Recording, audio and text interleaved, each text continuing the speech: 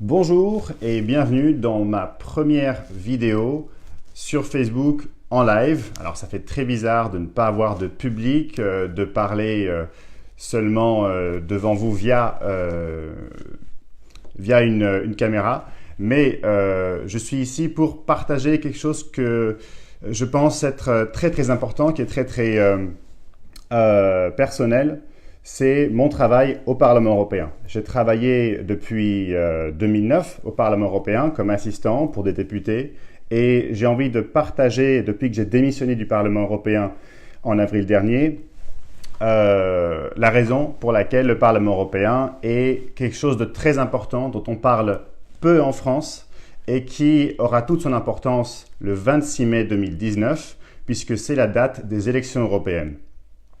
Alors, pourquoi, à quoi sert le Parlement européen? Et je peux vous vous excuser si vous ne suivez pas au tout départ, puisque cette vidéo-là est la première et que vous pourrez suivre les autres vidéos tous les dimanches à 18 h.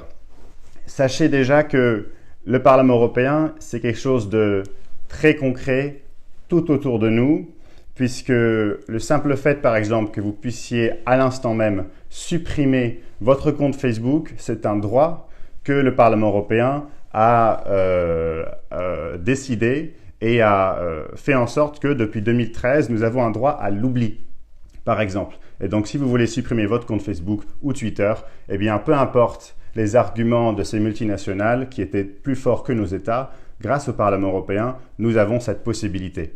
Il y a vraiment autour de nous de l'air, par exemple, qui pourrait être plus propre si le Parlement européen décide, par exemple, d'augmenter le prix de la pollution de nos entreprises dans l'Union européenne.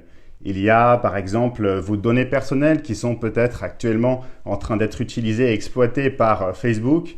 Et le Parlement européen, en juillet dernier, a sommé Mark Zuckerberg, le CEO de Facebook, de venir s'expliquer et d'améliorer comment est-ce qu'il gérait notre propre vie privée, puisqu'il y a la charte des droits fondamentaux de l'Union européenne qui protège notre vie privée. Donc on peut parler de à peu près tous les domaines qui en fait touchent la France en son cœur. C'est pas que des domaines qui sont ennuyants pour nous, par exemple ici au Perreux-sur-Marne dans le Val-de-Marne, mais passionnant pour d'autres personnes, par exemple dans l'Aisne. La politique agricole commune, par exemple. La France reçoit 10 milliards d'euros du budget de l'Union européenne pour avoir une agriculture performante et c'est le Parlement européen qui vote ce budget, qui va en décider des conditions, de le rejeter, de le supprimer. C'est aussi le Parlement européen qui va protéger nos droits, par exemple, à des congés payés, par exemple, à des congés le fait d'avoir le droit à des congés payés quand on est un père plutôt que seulement lorsque nous sommes une mère. Donc l'ensemble de ces droits, en fait, on peut les perdre si on vote pour certains partis qui ne sont pas pour par rapport à d'autres le 26 mai. On se dirige dans 4 mois vers une élection européenne qui pourrait voir arriver pour la première fois en première place des groupes anti-européens. Des groupes qui veulent détruire ce que nous avons réussi à faire, la paix, pas de frontières à l'intérieur de l'Union européenne, protection des droits de l'homme et donc aussi l'égalité entre l'homme et la femme, par exemple un même salaire pour un même emploi. Tous ces droits-là sont actuellement en train d'être remis en question. L'extrême droite en Italie recommence maintenant à contester, maintenant qu'elle est au pouvoir en partie, le droit des femmes à la contraception, à l'avortement. En Pologne, pareil, nous avons vu les grandes manifestations des femmes, mais aussi de l'indépendance de la justice, mais aussi pour la liberté de la presse en Hongrie. Et donc, dans ce contexte-là, il est de plus en plus important d'aller voter. Et je me souviens que j'avais eu cette carte postale il y a quelques années qui m'avait été donnée, donc je vous la montre. C'était en 2014, aux dernières élections. Cette carte, elle dit « S'abstenir aux élections européennes nuit gravement à votre santé ». Et c'est vrai en fait. Je ne parle pas que des paquets de cigarettes qui doivent maintenant nous informer réellement, grâce aux lois européennes, des dangers qu'on peut avoir.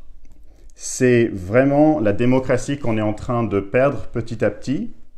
Si nous élisons encore une fois, comme nous l'avons fait en 2014, des gens comme ces gens-là. Ces gens-là, donc le Front National, le Rassemblement National, leurs copains qui sont exactement les mêmes, comme Nicolas Dupont-Aignan, ces gens-là sont ceux qui nous représentent le plus au Parlement européen, malheureusement, de la France, puisque 25% des suffrages exprimés en 2014 sont allés vers l'extrême droite. Et donc nous avons au Parlement européen le premier groupe d'extrême droite qui nous représente en partageant des thèses complotistes, en se battant contre l'avortement, en faisant toutes sortes de votes absolument absurdes. Par exemple, ils s'opposent à la coopération entre nos polices pour lutter contre la criminalité transfrontalière. Et donc, l'ensemble de ces forces sont en train de s'allier.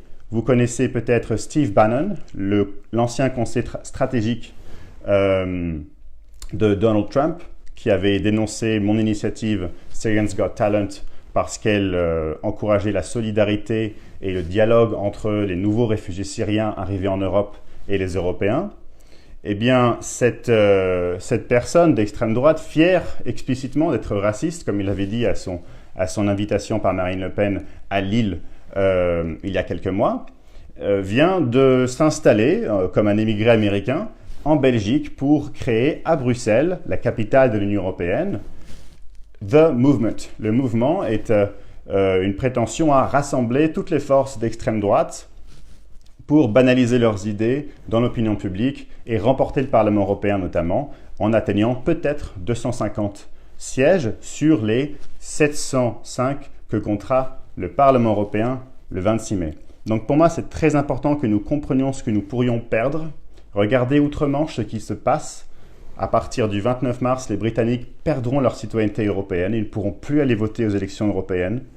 Mon propre ancien patron écossais, Alan Smith, avec qui nous avons fait toute une campagne en Écosse pour dire aux Écossais « Allez voter au référendum sur le Brexit, allez voter contre Brexit pour rester dans l'Union européenne », eh bien nous l'avons perdu de très peu au Royaume-Uni et maintenant c'est bel et bien une absence totale d'alternative, de plan, du grand n'importe quoi, puisque l'extrême droite en fait n'avait absolument pas de plan B. Donc tout le monde est en train de perdre ses économies, les petites retraites sont en train de s'amenuiser, l'inflation grimpe, les investissements étrangers s'arrêtent et clairement c'est un avertissement très très fort pour nous. Et le 26 mai, on n'aura plus de députés britanniques, ni les députés britanniques d'extrême droite, ni ceux de gauche, ni ceux de centre, ni les écolos, ni ceux de droite. On n'en aura plus. C'est-à-dire qu'on arrête de se parler et on devient de plus en plus vulnérable par rapport au Trump ou au Poutine, mais aussi à nos propres démons. Donc là, on est arrivé à 10 minutes d'improvisation totale, puisque je reviens de Montpellier où nous avons discuté de l'immigration en Europe hier et que nous avons eu beaucoup de retard dans le train, donc je peux vous dire que je n'ai pas eu le temps de préparer un plan et aussi parce que je ne voulais pas préparer un plan qui allait vous dire par exemple, voilà comment est-ce que l'Union européenne fonctionne, voilà les traités consolidés avec d'abord l'Union européenne dans ses institutions, puis les différents piliers. Ça ne m'intéresse pas vraiment ici, même si je donne parfois cours à Sciences Po Paris ou à l'Université de Maastricht ou à d'autres facultés, à Dijon, au Havre. Ça, c'est l'académique. Et en fait, l'Union européenne n'a rien à voir avec l'académique, avec des sujets d'experts. Elle est vraiment en lien avec nous. Quand j'étais, par exemple, dans le nord de l'Aisne, par exemple, dans la Thiérache, on a pu rencontrer et découvrir des producteurs de cidre locaux qui nous ont parlé de l'importance qu'avait l'Union européenne pour l'ensemble de leurs recettes, en fait. Que sans l'Union européenne, et je le cite, il n'y aurait pas d'agriculteurs en France. Ne serait-ce que parce que, par exemple, nos satellites européens nous permettent d'avoir des récoltes prédites, encadrées, de savoir à l'avance comment nous pouvons avoir une meilleure agriculture, plus durable par exemple. Quand on va partout en France, je ne sais pas, par exemple, j'étais en Ardèche, on pourrait penser que l'Ardèche n'a rien à voir avec Bruxelles, avec l'Europe. Bien au contraire, l'un des plus beaux sites touristiques de l'Ardèche, ce sont les grottes de Chauvet. Eh bien, c'est la première attraction touristique du département, je pense. Et n'hésitez pas à me contredire dans les commentaires si je me trompe. Et c'est l'Union européenne en partie qui a permis justement de restaurer la grotte de Chauvet, permettre aux touristes de venir en la rendant aux normes pour que beaucoup plus de personnes puissent en profiter. C'est aussi dans le Pas-de-Calais par exemple, où nous étions pour parler notamment de la politique de la pêche européenne ou de la politique sociale européenne, que l'Union européenne finance à 50% le plus grand site touristique de Boulogne-sur-Mer, le site de la mer, Nausicaa, qui est le plus beau et le plus grand musée sur la mer de France et de toute l'Union européenne, si ce n'est le monde. Et donc en fait, l'Europe est partout. En France, sachez qu'il y a 100 000 programmes de financement européens, 100 000 projets qui sont financés par les programmes européens actuellement, et qu'au-delà des financements, c'est surtout des lois en fait qui nous permettent par exemple d'avoir l'égalité salariale homme-femme, de percevoir la retraite si on est hôtesse de l'air ou steward de la même manière par rapport à notre travail. Ce sont des droits fondamentaux, par exemple notre droit à des congés payés dès le premier jour, au bout d'un mois travaillé. C'est ce qu'a dit la Cour de justice de l'Union européenne, qui oblige par exemple un directeur d'EHPAD que j'ai rencontré à Thiers dans le Val-de-Marne, d'où je vous parle il y a quelques mois, à donner une congé payé dès le premier mois travaillé, contrairement à ce que disait le droit français. C'est aussi l'Union européenne qui a permis, par exemple, dans le sud de l'Aisne, à Château-Thierry, près de Château-Thierry, qui a permis à la CGT de gagner contre l'entreprise Castorama sur le travail dominical. Parce qu'il y a aussi un droit fondamental des Européens à l'information, à la consultation en entreprise. Et tout cela, les Britanniques, avec qui je travaillais avant, et que je viens de quitter en avril pour faire ce tour de France, eh bien tout cela, les Britanniques sont en train de le perdre. Ils sont en train de le perdre au niveau des syndicats, au niveau des droits dans l'ensemble de leur société. Par exemple, les pêcheurs ne savent plus s'ils auront le droit de vendre 85% de leur production qui va vers l'Union européenne. Les agriculteurs savent qu'ils perdront un quart de leur revenu qui ne sera pas remplacé parce que Londres a d'autres choses à faire. Mais en plus, les agriculteurs gallois, écossais, savent qu'ils seront peut-être en concurrence avec du bœuf aux hormones canadien, américain, argentin, 25 fois moins cher, beaucoup plus concurrentiel et qui malheureusement sera peut-être imposé aux agriculteurs qui ne seront plus protégés par l'Union européenne en quittant l'Union européenne. Donc, vous voyez, il y a des exemples qui sont absolument infinis et tout cela, on peut le changer au niveau du Parlement européen. En commission agriculture, où nous allons décider d'importer plus d'huile d'olive de Tunisie avec moins de taxes pour créer des emplois en Tunisie et soutenir la transition démocratique. Ou en commission pêche, où nous allons décider par exemple, d'interdire la pêche électrique. La pêche électrique, en juin dernier, a été interdite par le Parlement européen suite à une grande mobilisation citoyenne des pêcheurs autour de la mer du Nord, sauf bien sûr les pêcheurs des grands navires qui avaient des électrodes, des grands navires néerlandais qui utilisaient eux-mêmes la pêche électrique. Donc l'Europe est très flexible, elle est démocratique, elle répond aux citoyens lorsque les citoyens s'inquiètent et veulent quelque chose de différent, mais on ne le sait pas. Comme j'ai oublié de vous le dire au début, l'une des raisons pour lesquelles on parle ici, c'est qu'il y a un vrai problème en France. 42% des Français seulement sont allés voter aux élections européennes en 2014, parce que c'est tous les 5 ans. Plus grande contradiction encore, nous sommes l'État hôte du Parlement européen. Et on voit régulièrement des élections, des campagnes, par exemple comme cette campagne publique, en 2009 qui nous dit « Allez voter », puis en 2014 qui nous dit « Allez voter » et qui nous explique avec de très très bons fascicules pourquoi est-ce qu'il faut voter. C'est un document du Parlement européen que je vous montre. Mais ça ne marche pas beaucoup parce que nos politiciens nous mentent, nous disent n'importe quoi et parce que nos médias aussi, parfois, ne couvrent pas des choses très importantes qui se passent chaque mois en Europe, au niveau aussi de l'Union européenne, du Parlement européen. Et tout cela fait qu'on arrive à là où on en arrive, c'est-à-dire que l'extrême droite est le premier groupe qui nous représente, qui vote contre la lutte contre l'évasion fiscale, contre le droit des femmes à la contraception, contre, par exemple, ne serait-ce que d'avoir le droit de construire des écoles en Turquie pour que les réfugiés syriens puissent y scolariser leurs enfants et qu'ils n'aient pas à venir en prenant des risques incroyables par la mer. Donc, on est tous liés aux enjeux du 26 mai. C'est une obligation, moi je pense, au niveau civique, mais c'est aussi un droit. Donc, il faut déjà convaincre et persuader les gens autour de nous du pourquoi aller voter. Alors maintenant, n'ayant pas encore de format pour comprendre comment est-ce que je sélectionne les questions en live, vu que vous m'avez déjà envoyé un certain nombre de questions et de commentaires, je vais essayer d'en voir comme ça. Alors j'ai Anne-Claire de Poinsignon qui me parle des projets soutenus par l'Union européenne en France. Faut-il s'en réjouir? Ah, mais je n'arrive pas à lire le reste, malheureusement. C'est bien embêtant. Mais si on parle des projets européens, essayons de rester donc sur le sujet du Parlement européen par exemple, tous les programmes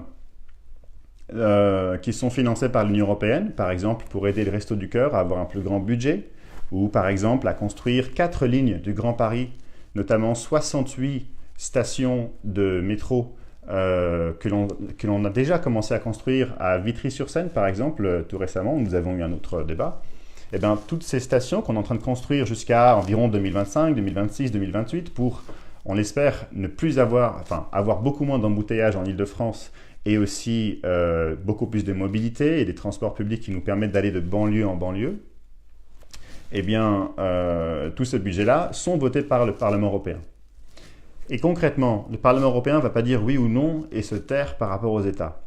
Si, par exemple, les États ne veulent pas augmenter Erasmus, qui est un projet purement de l'Union européenne, contrairement à ce que dit Marine Le Pen ou Nicolas Dupont-Aignan, Erasmus est une vraie fierté, une réussite de l'Union européenne. Parce qu'ils disent que ce n'est pas l'Union européenne qui l'a fait. Bon, comme d'habitude, ils mentent.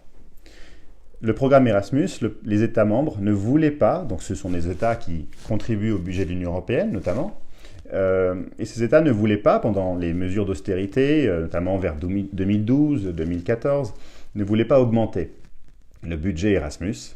Et le Parlement européen a eu un bras de fer avec les États membres de l'Union européenne, donc les 28 membres de l'Union européenne, pour justement doubler le programme Erasmus, qui a bénéficié actuellement à 7 millions d'étudiants. Mais ce n'est pas assez. C'est clairement pas assez, 7 millions d'étudiants. Nous sommes 510 millions de citoyens. Il y a clairement d'autres personnes qui devraient en bénéficier, qui sont étudiants aussi, mais aussi des gens qui ne sont pas étudiants et qui travaillent et qui aimeraient bien avoir un stage de formation, par exemple en viennoiserie à Vienne, si on veut être boulanger, ou par exemple si on fait un stage coiffure à Berlin pour apprendre aussi à faire d'autres coupes complètement différentes. Ces programmes-là sont plus petits. Et donc c'est au Parlement européen et aux gens que nous allons élire de décider s'ils veulent augmenter ce budget-là, s'ils veulent augmenter les conditions d'octroi des aides, ou si en fait c'est pas grave, on va fermer les yeux sur les conditions et on va la donner de manière plus facile. Mais donc il y a un risque aussi de corruption et d'utilisation des aides à des fins frauduleuses.